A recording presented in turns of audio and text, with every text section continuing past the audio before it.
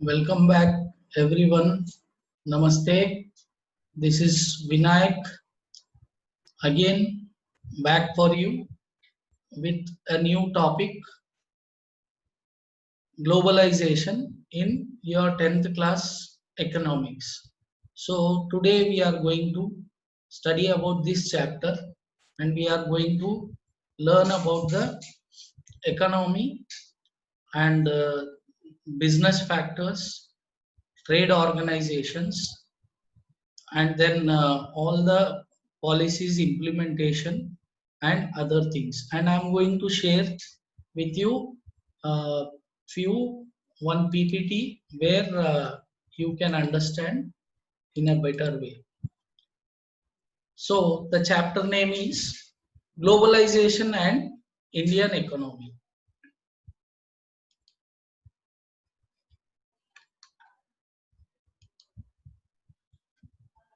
So what do you mean by globalization? Globalization is about the coming togetherness of the world, that is we call global world, that is interrelationship or interconnectivity from one country to another. And as our world is a vast large area with many countries and continents, so how they are interconnected to each other. Yes, in history also you study the same chapter with the same name, but we are studying about history, how in the olden ancient times, how trade was established, how food was uh, carried from one place to another, diseases, education, knowledge, religion, all these things, how they transform from one place to another. The same way, now we are going to study the same in a modern world, that is in the present scenario we are going to learn.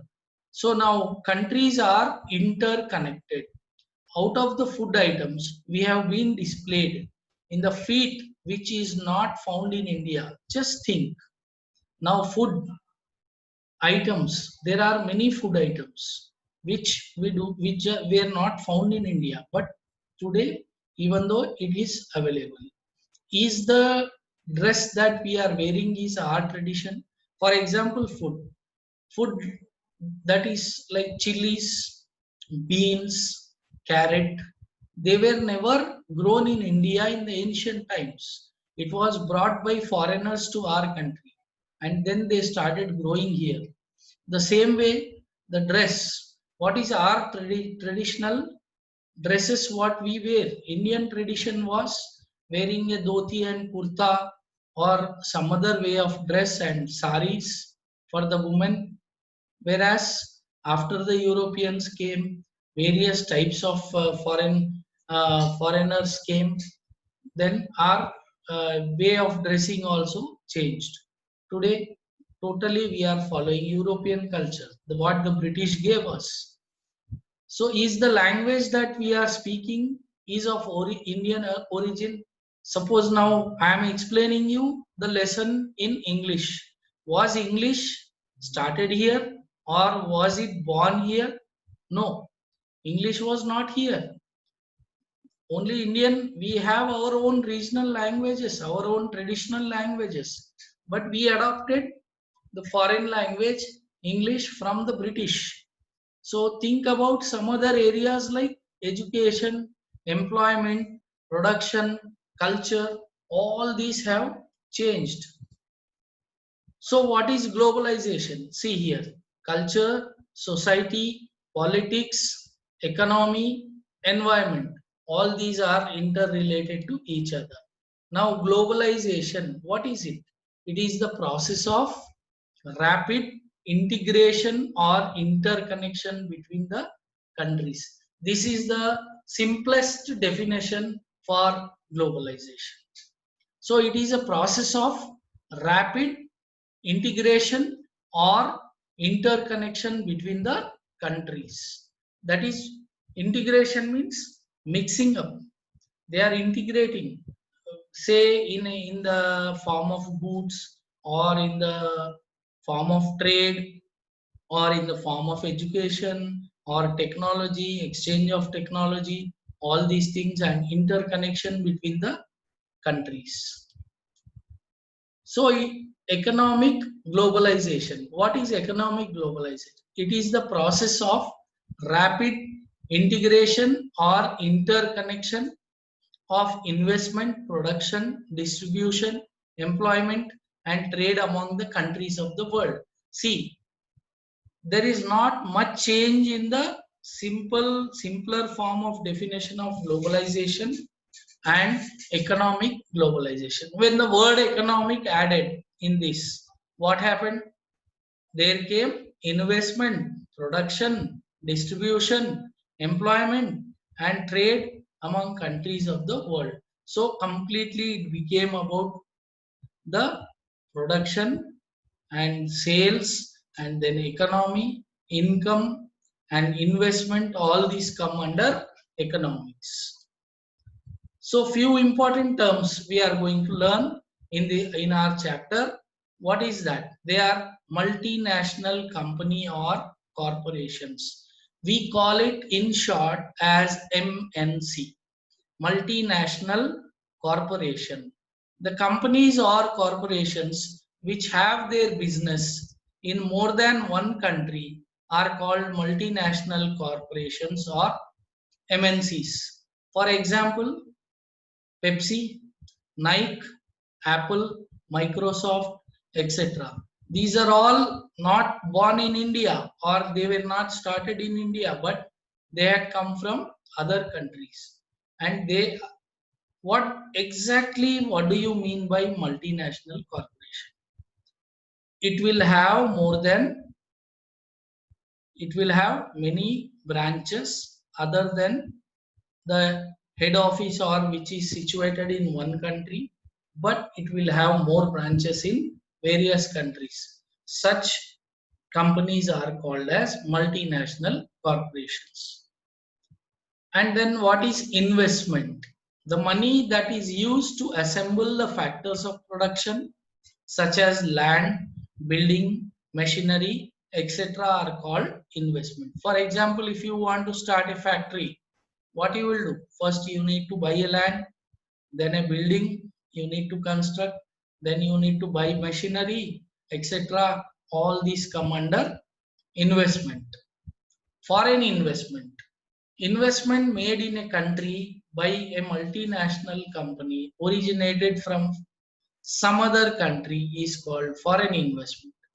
If MNC comes to other country and invests money, that is called a foreign investment. Foreign trade. The trade or buying and selling activities among the different countries are called foreign trade. The trade or buying and selling activities, business activities among different countries, not only in the domestic market or in the country's own market, but it is for different countries, are called foreign trade. What is export? Export is selling of goods or service to any other foreign country. That is called export. Same way, if we are buying any goods or services from other countries or the rest of the world and bringing it to our country, it is called import.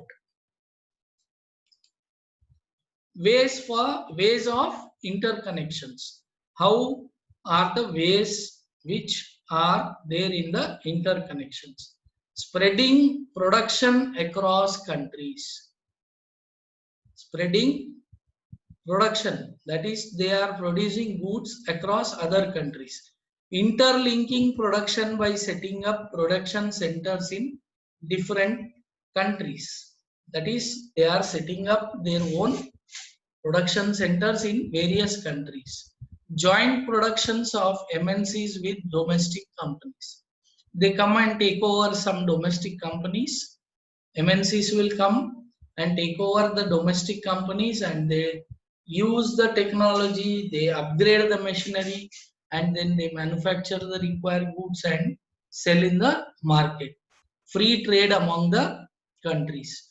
Here free trade means there should not be any tax restrictions, or we call in a simple word trade barriers. It should not be there. So that type of trade is called free trade. Now spreading production of Nokia mobile. It's an example. It's a case study example of a Nokia mobile. Do you all know from which country Nokia belongs to? Its head office or headquarters is in Europe, a small country called Finland. And one more thing I would like to share. Why this name Nokia came? Nokia is a name of a river in Finland. It's the name of a river in Finland. And headquarters and control was from Finland. Technology development was in USA. Hardware was manufactured in China. Software was manufactured by Microsoft in India and USA. And finally, those mobiles were assembled in India and China. So many production centers for selling one product or manufacturing one product. So this is nothing but it's the work of an MNC. Benefit by spreading production. What are the benefits? Quality and cheap labor. Labor, wherever you find cheap labor, companies they want to set up an assembling unit, or they want to start a production unit. And all over the world, generally Asian countries are having very cheap labor, especially India, China, and few more countries in the Southeastern Asia. Low cost of production. So automatically, if labor is cheap, the cost of production will come down. It becomes low. Wider market, because we have a lot of population, so we have large market. Better quality of material, so quality also can be improved. Final production near the market, nearness to the market should be existing.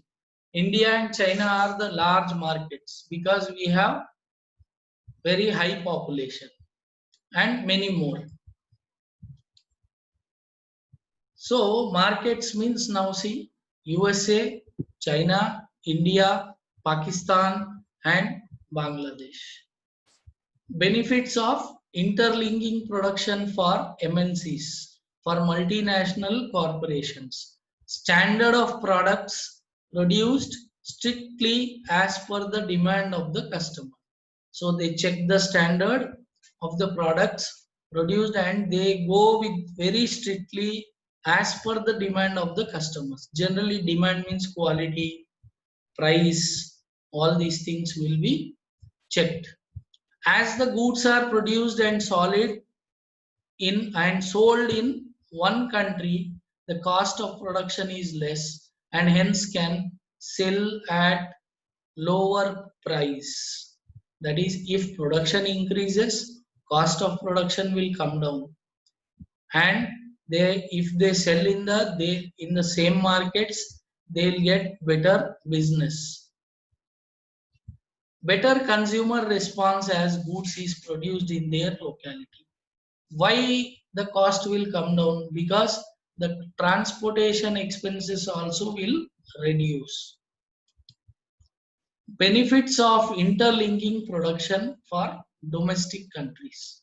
Benefit of interlinking production for domestic countries. Increase employment opportunity for the people of domestic country. Increase employment opportunity for the people of domestic country. It brings foreign capital and helps in expansion of foreign exchange, that is foreign currency will come to us, and reserve also.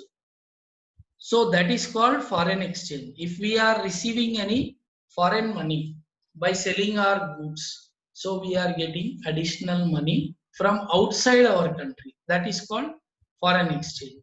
Helps in utilization of unused resources. Customers get better quality products at comparatively lower price. Increase in countries revenue by way of tax. So even there will be increase in countries revenue by way of tax. So market integration. India has selling also export as well as import from that is with Britain, that is England, then Saudi Arabia, Pakistan as well as USA. So better quality products. What are the benefits? That is better quality products, optimum utilization of resources. With less usage of resources, we are able to bring better quality of products. Wider market for the producers. Market should be very wide so that they will get tough competition. If competition is more, you get the better quality and quantity. Wider choice and lower price. And price will reduce if there is more competition. Access to product produced in any place of the world. There should be access to any place of the world for the product. And nowadays, because of the technology and internet facilities, we are able to order online. Anything we can order from any part of the world, and harmony among the countries. And when trade relations are good with various countries, so there will be harmony among the countries. So restrictions in trade among the countries. Now we are going towards disadvantages. What are the restrictions in trade among the countries? Traditionally, the countries of the world were very conservative and did not allow foreign trade freely. They imposed many barriers. Barriers here means taxes, that is custom duties, import duties, all these things where they are called as barriers to restrict the trade, such as high rate of tax, banning export or import of some products, banning trade with some selected countries. So all these things will have restrictions in trade, in business. Causes for imposing trade barriers. What are the causes for imposing these taxes? Different standard of economy. Now economy of various countries are different. Now USA economy was very high, Japan it was very high, and China it is very high, whereas India is low, and African countries are very poor, they are very low, and even few Asian countries also. For example, Bangladesh, Pakistan, their standard of economy is lower than our country. To protect local, small, and tiny industries. So, if they impose trade barriers, our local, small, tiny industries, that is the home production, what we call, here only those people can survive and they may not lose their occupation or trade or their livelihood. Finally we can say their livelihood. Fear of economic colonialism by strong countries. Now suppose rich countries like France, England, Russia, USA, Japan, so they should not, China, they now example we are facing a lot of trouble with Chinese goods. So complete economic colonialism by these strong countries. They are all strong countries. So now in India we see many products are made in China. So we are, maximum people were depending. Okay, now after this COVID we are having some changes because our government is taking very important steps to have some restrictions with Chinese goods. Threat to society and culture. because almost 70 to 80% of the goods people are using are from China. So that we need to reduce it. So that's why it has become a threat to society and culture. So now promoting free trade worldwide. Who is promoting? There is an organization which is trying to bring harmony among the countries, and they are promoting, and this organization has uh, a systematic way to help the countries in promoting free trade worldwide, and they have their own rules and regulations, membership in that by various countries. And what is the name of that organization is World Trade Organization. We call it as WTO, World Trade Organization. It is, what is it? What is WTO? It is an international organization formed by initiative of some developed countries, and now it has 160 member countries worldwide till June 2014. So now we are almost in 2020. So many more countries might have joined in this. So, what is the objective of WTO? To promote international trade and assist the producers, exporters, and importers of different countries. So, those who are dealing, exporting means selling their goods to other countries. Importers means buying goods from some other countries and bringing it to the domestic market. So all these are being promoted for different countries. And what WTO wants? It wants that there should not be any restriction for anyone to buy or sell anything produced by anyone around the globe, provided there should be satisfaction on the quality, price, quantity, all these things. If the consumer is happy, then there should be no restriction for anyone to buy or sell anything produced by anyone around the globe. Globe means all countries together. We call it as globe. Developing countries and WTO. Role of developing countries. Developing countries most of the time oppose the idea of free world economy and refuses to remove some barriers. It is because, why it is? Most of the time we oppose the idea, because India is a developing country, oppose the idea of free world economy and refuses to remove some barriers. Why? Because we lose foreign exchange. We start buying foreign goods. So what happens? Our money goes to the foreign country. So we are losing our foreign exchange. So our economy will have an impact because of our money going outside. Industries in developing countries are not equally developed to compete with large MNCs. We cannot, our industries cannot compete with large MNCs. And industries of developing countries who bears heavy tax burdens will not be able to compete with the large producers of developed countries supported by these countries. So that's why in the developing countries there was lot of trade barriers or restrictions.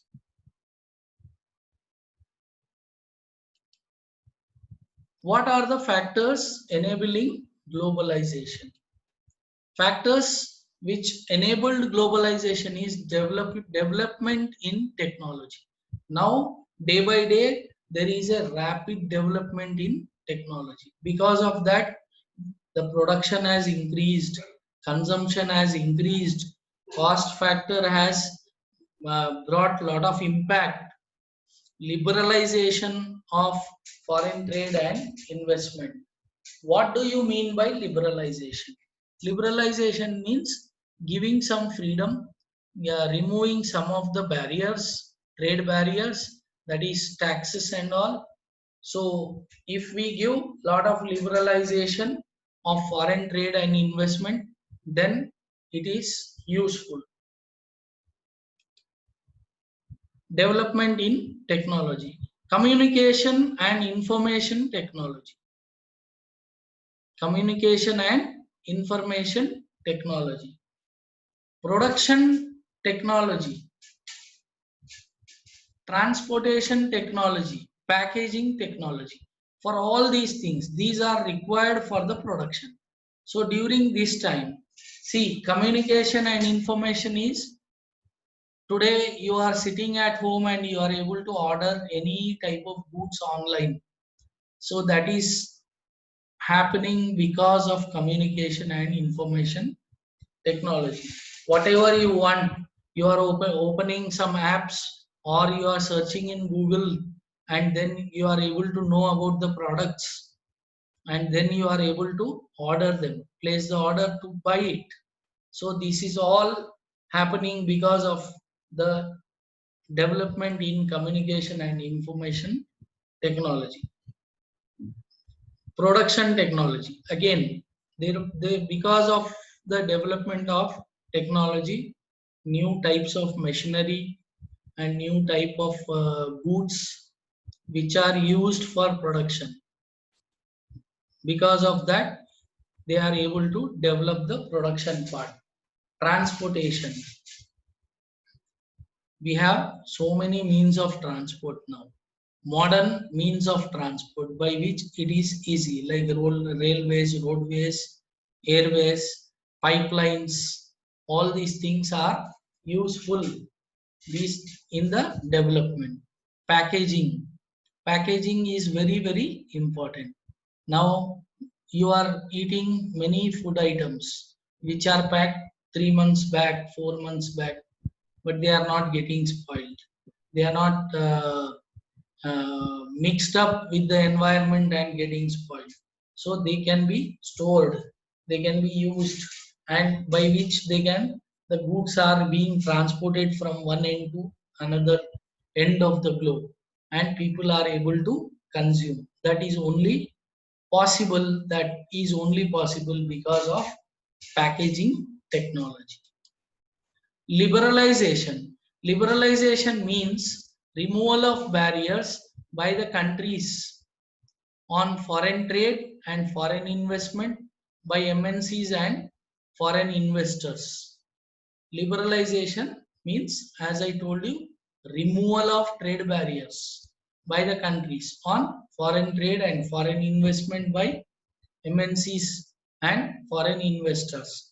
If any foreign company wants to set up, the government will help. Why? Because they will get good foreign exchange, they will get foreign investment, and the people of that particular country, they get employment. A lot of relating to them, smaller traders or smaller producers, they will get an opportunity to produce goods. So what is the effect of globalization? Positive effects of globalization are better quality products for consumers at lower price.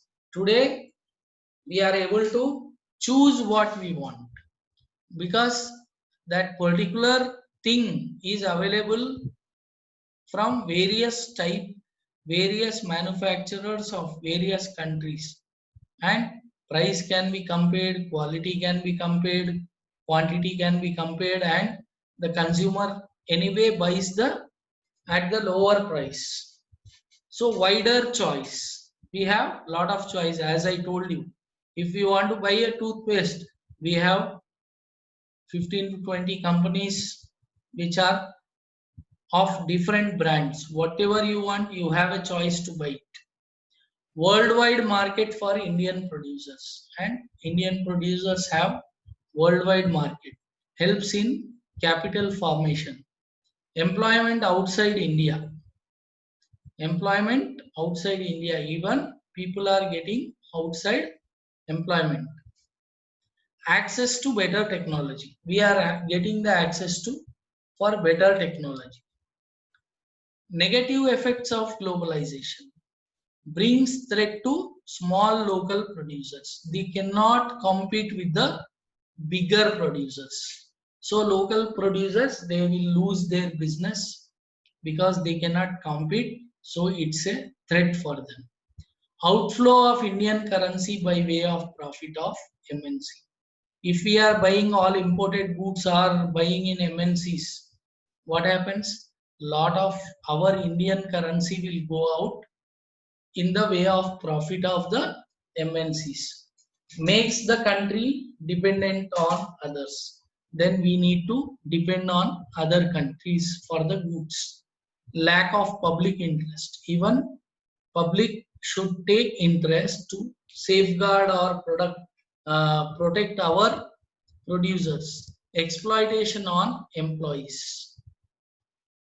Employers will exploit the employees. So there won't be much security for the employees. Whether they are skilled or unskilled, there will be exploitation on employees. Disrupt the social and cultural life of the people. Disrupt the social and cultural life of the people.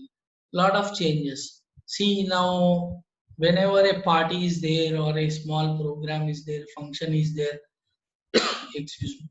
In olden days, we used to give, serve fresh fruit juices.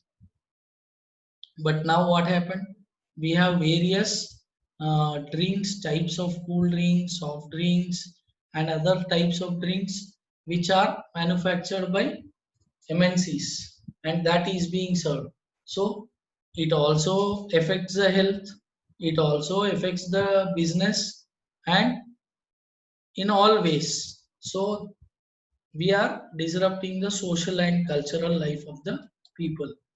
Government measures. So the central and the state governments in recent times taking different steps to attract foreign investment by MNCs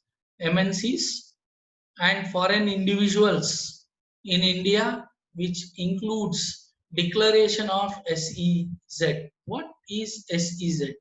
That is called as Special Economic Zone. Special Economic Zone. Liberalization of labor laws. Liberalization of labor laws. So they are giving free hand for the labor laws, and the government itself, it is providing land, power, and all those requirements for setting up industry in our country in a subsidized prices. They are giving and declaring that area as special economic zone. What is SEZ? Again, there are some selected area which are equipped with world-class facilities of electricity, water, roads, storage, recreational, educational, etc., where a world-class industry can be set up. The companies who set up industry in such areas get tax relief for the first few years. They will get all subsidies from the government. Liberalization of labor laws. The second one is liberalization of labor. The employers in India need to obey certain rules that aims to protect the interest of workers. In India, we need to obey certain rules and regulations. Fire safety, pollution, etc., etc. Many more things. So we have to obey certain rules for the interest of the workers. Recently, government allows the companies to ignore many rules, which is called as liberalization of labor laws. That is giving freedom. How liberalization of labor laws help the MNCs? How they are helping? Flexibility in labor laws enable the MNCs to ignore some rules that helps the companies in keeping the size of the workforce under control. That is, the labor laws were given flexibility by which they have the MNCs can ignore some of the rules and they can keep the workforce under control. A company can hire and fire as per the seasonal variation in demand of the workforce. Whenever they want, they can hire, or whenever they can hire and fire means here giving job or removing from job as per the business, as per the trade, as per the seasonal variations in the demand for the workforce. Globalization is the way, that is, globalization is a process or change for mankind all over the world where question for accepting or rejecting is irrelevant today. So it is a process for change of mankind all over. Lot of changes have come after 1960s because MNCs came from European and American countries to Asia. So from 1960s, there was lot of change in the economy of those countries and all over the world. We can say global economy. So because accepting or rejecting is irrelevant today. So now everything was liberalized. So strategy for fair globalization.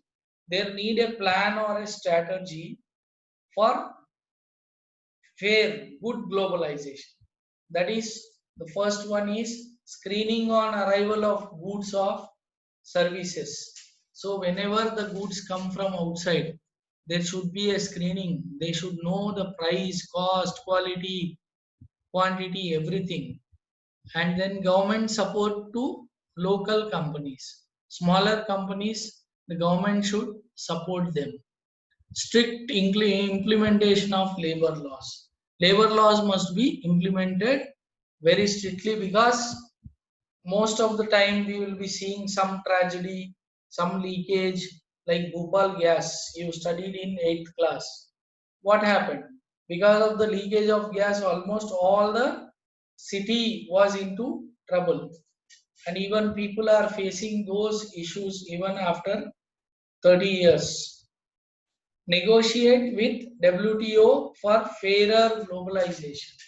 There is a negotiation. Negotiate with countries can negotiate with WTO for fairer globalization. So all these things you have studied, and I know that this is only possible because of